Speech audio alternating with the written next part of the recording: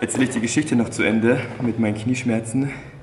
Also ich war, glaube ich, stehen geblieben bei Trainingslager für Europameisterschaft in Georgien. Dann ging gar nichts mehr, konnte nicht mehr richtig laufen. Dann habe ich hier mit André quasi eine Reha-Maßnahme gestartet. Er meinte, er kennt sich mit dem Knie aus und wir probieren da mal was durch. Und Leute, es hat vielleicht 2 Wochen gedauert. Ich war komplett weg von der Handel, kurz vor der Europameisterschaft übrigens. Habe die Übungen gemacht, die ich euch gezeigt habe. Das hat so gut funktioniert, dass ich zur Europameisterschaft in Georgien keine Schmerzen mehr hatte.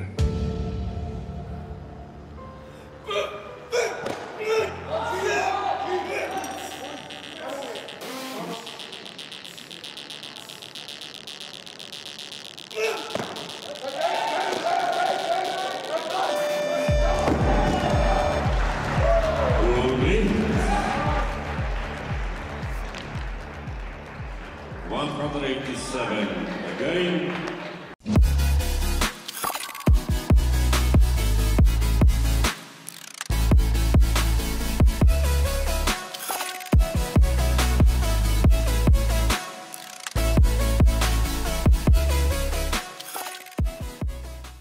Moin Freunde des gepflegten Leistungssports, herzlich willkommen zurück auf meinem YouTube-Channel. Schön, dass ihr wieder eingeschaltet habt.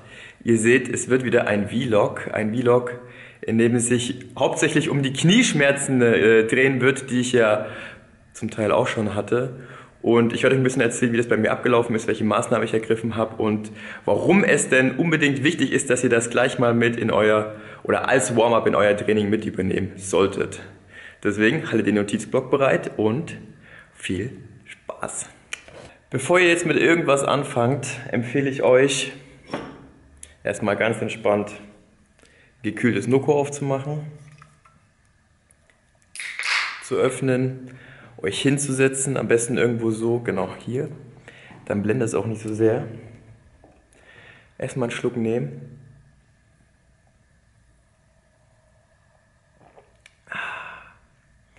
Und dann erzähle ich euch, dass alles das, was ihr jetzt hören werdet, aus einer rein persönlichen Erfahrung stammt. Heißt für euch, ich bin kein Arzt, ich bin kein Physiotherapeut, deswegen nagelt mich bitte nicht fest, wenn irgendwas nicht funktioniert. Also ihr kriegt von mir nur Ratschläge. Ich kann euch sagen, guten Gewissens, dass das, was ich euch jetzt zeigen werde, bei mir funktioniert hat. Und wenn ihr es nicht ganz hardcore-mäßig übertreibt, dann bin ich mir sicher, dass es auch euch irgendwo helfen wird. Das zum Anfang. So, und jetzt seht ihr hier so ein Ergometer. Da schwingt ihr euch jetzt erstmal mindestens 10 Minuten drauf. Scharf werden. Naja, 10 Minuten drauf, genau. Und dann geht's weiter. 10 Minuten natürlich mit ein bisschen Belastung. Also man muss es nicht ganz übertreiben, weil ich bin halt jetzt auch kein Tour de France-Fahrer. Aber ich glaube, so ein bisschen Widerstand ist gar nicht so übel. Sonst wird es ja auch langweilig.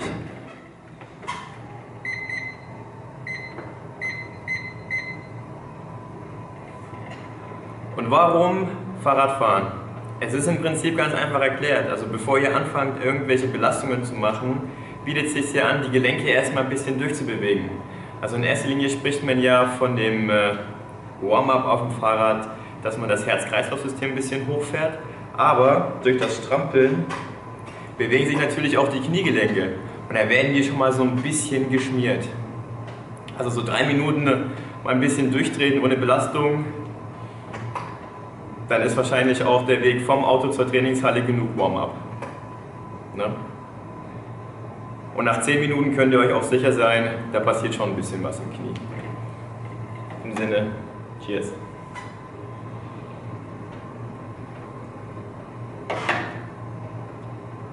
Ordentlich und gescheit Radfahren war auch eine Lektion, die ich erst relativ spät gelernt habe, nämlich erst dann, als es schon zu spät war. Ich habe euch vorhin erzählt, das, was ich euch heute zeige, das könnt ihr anwenden, wenn es auch schon fast zu spät ist. Das heißt, ihr habt schon Knieschmerzen oder ihr seid im Optimalfall schmerzfrei und könnt das quasi präventiv nutzen. Wie komme ich auf die Idee? 2019, so ungefähr 4 Wochen vor der Europameisterschaft in Georgien, hat es mich richtig heftig erwischt, hatte ich Knieschmerzen, ich konnte kaum laufen. War auch beim Arzt, war auch bei der Physiotherapie. aber es ging einfach nichts mehr. Und hier habe ich, also in Mutterstadt, habe ich dann auch meinen zukünftigen Trainer kennengelernt. Der hat mir so ein paar Kniffe gezeigt, wie man das hinbekommt. Das Problem ist, wenn man, so wie ich es früher gemacht habe, 3 Minuten Fahrrad fahren und dann direkt ran an die Kniebeuge. 20, 70, 100, 20, rein, rein, rein und natürlich auch wieder raus. Und ja, der Körper war eigentlich an sich noch gar nicht richtig warm. Der wusste gar nicht, wo es blitzt und die Muskulatur noch viel weniger. Also trainiert man quasi auf einen Körper, der noch gar nicht richtig vorbereitet ist.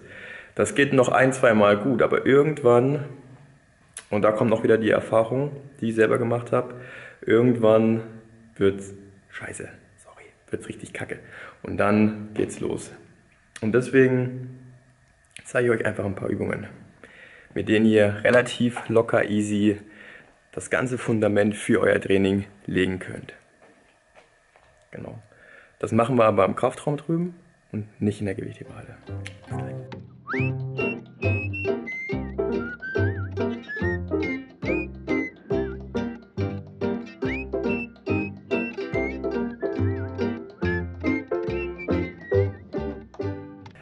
Das ist also die Welt des AC Mutterstadt. Wie ihr sehen könnt, es ist nichts los. Liegt an der Pandemie aktuell. Die Musik läuft immer, das ist eine Zeitschaltuhr, also nicht verwundert sein. Und ja, hier ist eigentlich tatsächlich alles, was das Gewichtheberherz rund um Kraftsport so braucht. Und jetzt gucke ich, wo meine Geräte stehen. Ich weiß es natürlich schon. Der Beinstrecker, den brauchen wir heute. Wir brauchen hier so eine Schwelle oder eine Treppe für die Pistols. Und ja, dann eigentlich nur eine lange Gerade für die Lunges. Und ich zeige euch nachher noch eine Übung, die richtig gut ist. Jetzt geht's gleich los. Ich sag's euch, als ich die Übung das erste Mal gemacht habe, war das für mich was völlig Neues. Und da wiederum habe ich auch gemerkt, dass ich die ganze Zeit, auch wenn ich viel Kraftsport gemacht habe, die Muskulatur gar nicht richtig geschult habe. Das habe ich vor allem beim Beinstrecker gemerkt, wenn ich dann exzentrisch gearbeitet habe, also nachgebend, dass der Muskel, der lief nicht langsam runter, sondern er hat sich so stufenweise runtergearbeitet. Und bei den Kniebeugen mögen jetzt vielleicht viele sagen, naja, Exzentrik spielt da ja eigentlich keine Rolle bei den Kniebeugen, weil ich arbeite mich ja hoch, also konzentrisch. Aber der Weg runter muss ja auch gebremst werden. Und da merkt man extrem, wenn der Muskel noch nicht richtig geschult ist. Und ganz kleiner Tipp, wer die Kniebeuge richtig machen will, der bremst langsam runter und gibt dann Gas nach oben. Nicht fallen lassen und dann durch den Schwung wieder nach oben. Da habt ihr von der Kniebeuge nicht viel. Deswegen zeige ich euch jetzt gleich die erste Übung, Exzentrik im Beinstrecker. Nicht zu viel Last, es ist ja ein Warm-up, deswegen reichen hier 3 oder 4 Platten völlig aus. Und bevor ihr gleich richtig loslegt, guckt ihr, dass die Einstellungen passen. Das heißt, das Kniegelenk muss hier zusammen mit dem Arm des Beinstreckers. Ist ein bisschen schwer im V-Lock, aber so geht's besser. Seht ihr das? Dass das hier zu dem passt, damit der Hebel auch richtig wirkt. Dann habe ich hier die Möglichkeit, hier quasi noch mal ein bisschen mehr Weg zu schaffen. Es geht dann quasi bis hier hinter, statt nur bis hier vor. Und zuallererst nehmen Sie Platz. Und dann bewegen wir mal schön durch. Einfach hoch und runter. Ruhig mal Beinwechsel, damit der Körper auch hier wieder weiß, was passiert denn hier eigentlich. Jetzt geht's los. Beinstrecker, die erste Übung, Exzentrik. Das heißt, wir nehmen mit beiden Beinen die Last hoch und dann bremsen wir hier schön langsam runter. Wenn das am Anfang noch ein bisschen rucklig geht, ist das völlig in Ordnung. Das gibt sich dann über die Sätze. Als Warm-up empfehle ich pro Bein 5 Wiederholungen und das Ganze in 3 Sätzen. Wenn ihr jetzt gerade Schmerzen habt, versucht noch ein bisschen mit der Last zu spielen. Also auf keinen Fall übertreiben. Aber dann können es auch ein paar mehr Wiederholungen sein, die noch nicht wehtun. und auch ein paar Sätze. Also ich empfehle trotzdem 5 Wiederholungen pro Bein und 5 Sätze. Das war Übung Nummer 1. Übung Nummer 2 im Beinstrecker ist jetzt das Isometrische. Isometrisch heißt haltend. Ihr macht Folgendes, wieder mit beiden Beinen hoch. Ich mache es einfach mal so rum. Nee, das funktioniert nicht. Oh, wie locker ist es schwer. Dann löst ihr ein Bein und haltet hier. Mindestens 10 Sekunden. Ne? So, das waren 10. Dann lasst ihr ein bisschen nach. Und haltet nochmal. Wieder 10 Sekunden.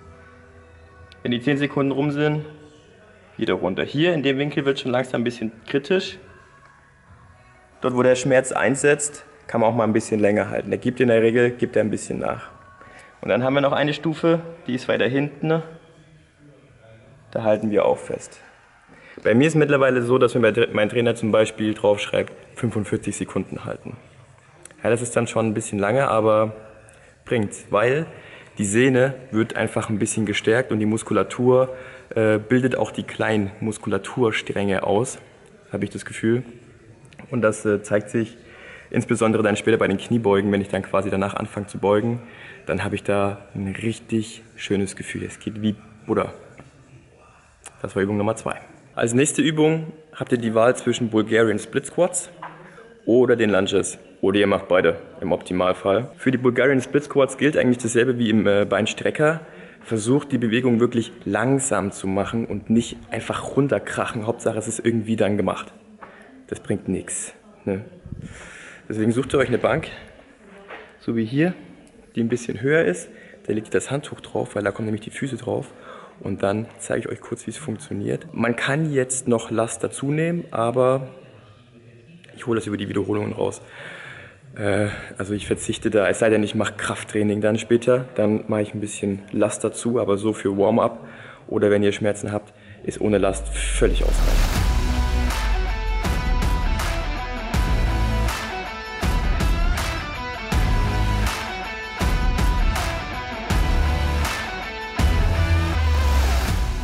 Versucht bei der Übungsausführung den Oberkörper aufrecht zu halten, dass ihr nicht zu sehr nach vorne kippt, also wie ihr eine Kniebeuge machen würdet quasi. Und versucht euch zumindest auch mit dem Kopf darauf einzustellen, dass die Belastung schön über das Knie läuft. Also wenn ihr irgendwie ausweicht, erfüllt die Übung auch nicht mehr ihren Zweck. Ist eigentlich an sich relativ einfach. Viel erklären muss ich da, glaube ich, nicht. So, für die Lunges. Ich hoffe, ich spreche es richtig aus. Lunges oder Lunges. Braucht ihr eigentlich nur eine Gerade, so wie hier. Und dann gibt es eigentlich gar nichts weiter zu erklären, als dass ihr hier einfach schön und runter.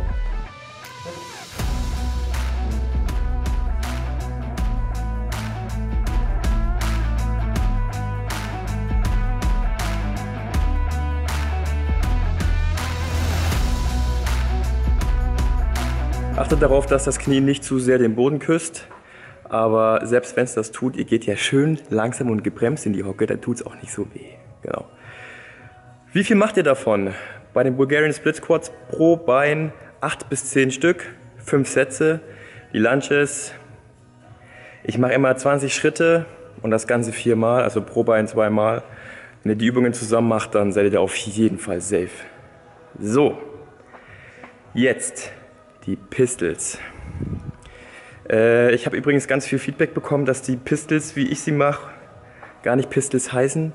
Ich habe Google gefragt, ich habe aber auch kein besseres Ergebnis bekommen, deswegen heißen die jetzt für mich einfach weiter Pistols. Findet euch damit ab.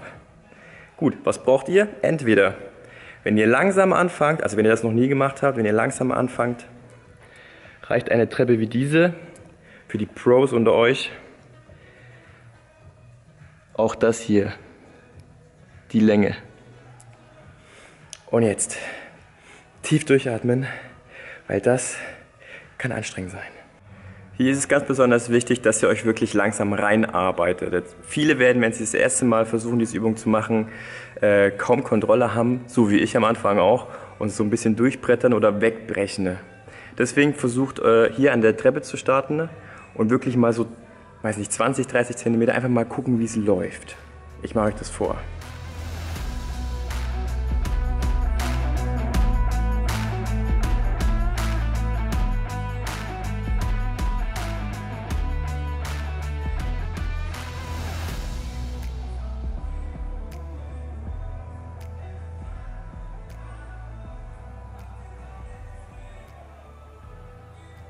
Manchen kann das schon reichen, ne? Gerade die, die Knieschmerzen haben, werden jetzt sagen, ja, das reicht auf jeden Fall. Ranarbeiten. Ne? Kleiner Tipp, auch hier kann man isometrisch arbeiten, das heißt, haltet mal kurz im Schmerz fest. Wenn es natürlich unerträglich wird, dann aufhören. Ich empfehle hier 3 Wiederholungen, 3 bis 5 und 3 Sätze. So, für die, die das natürlich schon kennen, schon öfter gemacht haben, ist die Treppe natürlich nichts mehr, es ist Kindergarten. Deswegen, da geht es richtig an die Erhöhung. Zeige ich euch auch nochmal, wie das funktioniert. Auch hier ganz wichtig, schön langsam runterarbeiten. Bitte, ganz, ganz langsam. Weil erst dann wirkt die Übung. Und ihr werdet sehen, wenn ihr das einbaut in euer Warm-up, die Kniebeuge gehen fast von alleine.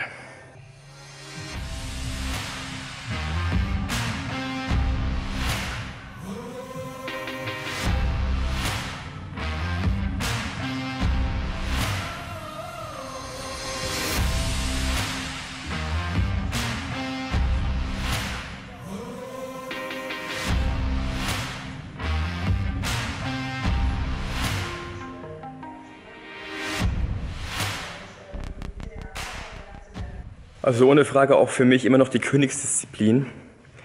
Man kann das auch, wenn man das noch steigern möchte, barfuß machen oder auf einem Untergrund, der nicht ganz so fest ist wie die Treppe oder die Bühne hier. Weil dann merkt man richtig, wie man gegensteuern muss. Und das ist auch immer noch gut für die kleine Muskulatur, damit die nochmal stabilisiert. Als letztes habe ich noch eine Übung, die ich vermehrt in der Reha gemacht habe. Und zwar die Split Squats am Kabelzug. Was ihr dazu braucht, erstmal ein Kabelzug. Eine kleine Erhöhung, ich habe hier 2 Scheiben.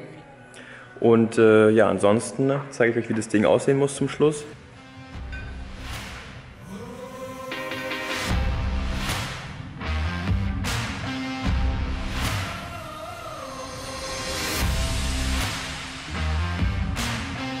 Wenn ich die Übung mache, dann versuche ich mich wirklich nur auf das Bein zu konzentrieren, das vorne ist. Also gerade so, dass ich wieder so richtig schön ins Knie reingehe. Das hintere Bein ist eigentlich nur, ja, wie beim Automatik, obsolet. Genau, die Erhöhung ist wichtig. Wenn ihr die Last ein bisschen erhöht, dann kann es schon mal sein, dass ihr das quasi nach vorne schiebt. Wenn ihr da das Gleichgewicht verliert und volle Kanone in den Kabelzug reinrammelt, kann das unter Umständen auch ein bisschen wehtun. Das sei gesagt. Von den Lasten her bin ich relativ flexibel. Ich sage immer so, wie ich halt merke, okay, da passiert was. 10 Wiederholungen pro Bein. 3 Sätze. Warm-up ist jetzt durch. Ich wage jetzt zurück in die Trainingshalle, wo die Hanteln liegen, weil ich zufälligerweise auch noch Kniebeuge drauf habe. Den nehme ich euch noch mit. Ich sage noch 1, 2 Sachen. Und wir haben ja angefangen mit dem Ergo hier in der Ecke. Das macht übrigens nicht nur am Anfang des Trainings Sinn, sondern auch danach. Gerade so mit dem Hintergedanken Cooldown, ausradeln.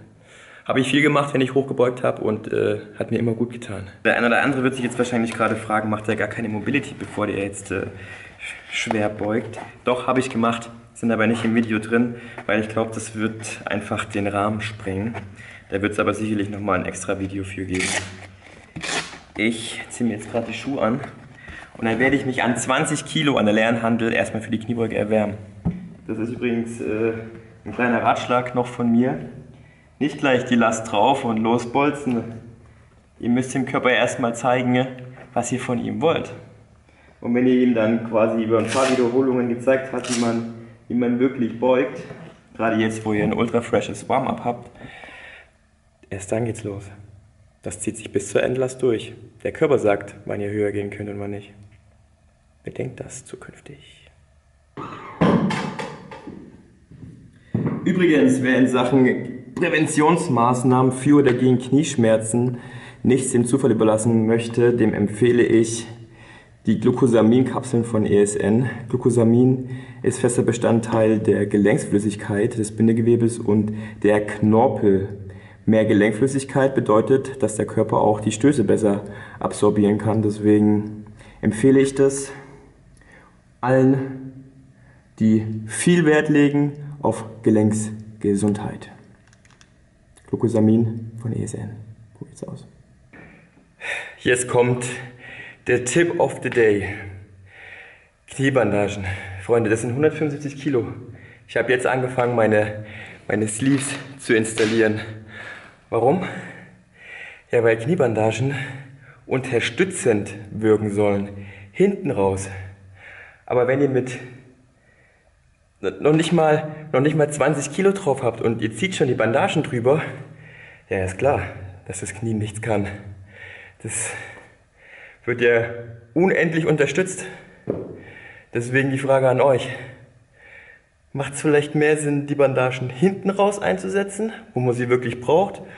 Oder müsst ihr die schon von Anfang an am Start haben und habt hinten keine Schubladen mehr, die ihr rausziehen könnt, um die letzten paar Prozent zu kitzeln? Denkt mal drüber nach.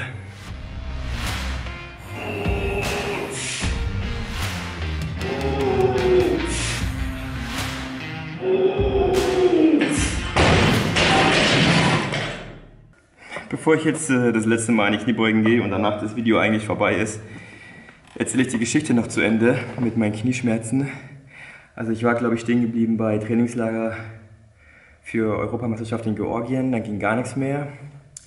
Ich konnte nicht mehr richtig laufen. Dann habe ich hier mit André quasi eine Reha-Maßnahme gestartet. Er meinte, er kennt sich mit dem Knie aus und wir probieren da mal was durch. Und Leute, es hat vielleicht 2 Wochen gedauert. Ich war komplett weg von der Handel, kurz vor der Europameisterschaft übrigens. Habe die Übungen gemacht, die ich euch gezeigt habe. Und dann ging das tatsächlich allmählich aufwärts. Sogar, das hat so gut funktioniert, dass ich zur Europameisterschaft in Georgien keine Schmerzen mehr hatte. Um nochmal zu verdeutlichen, was das für einen Unterschied machen kann. Das Warm-up, ne, als auch die Reha-Maßnahmen. Deswegen nicht gleich zur Ibo greifen, sondern versucht mal zu hinterfragen, wie trainiert ihr, was tut ihr eigentlich alles, um den Körper ein bisschen darauf vorzubereiten. Und dann soll das eine schöne, langfristige Geschichte werden und es ist immerhin, wenn auch nur ein zeitlicher Invest in eure Gesundheit. So, Freunde des gepflegten Leistungssports, das war's von meinem Vlog.